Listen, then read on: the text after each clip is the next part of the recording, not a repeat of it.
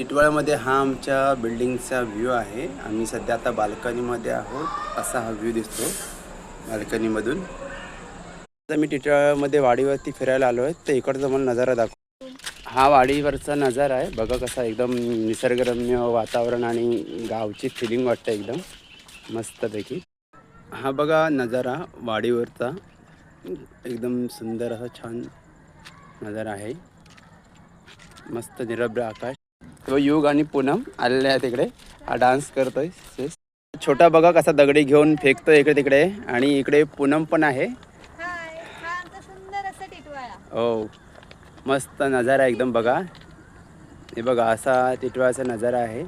आम्ही जिथे राहतो तिथेच आमच्या घरात जवळ म्हणजे बिल्डिंग जवळनं एक 2-4 मिनटावरतीच हे अंतर आहे इकडे सगळं.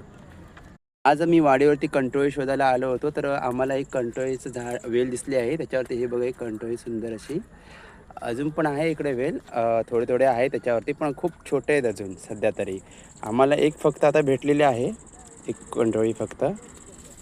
दाखव इकडे. हे बघा, हे बघा एक आम्हाला भेटलेली आहे सध्या. बाकी इकडे जी झाडं आहेत ह्या साईडला आहेत कंटोळी.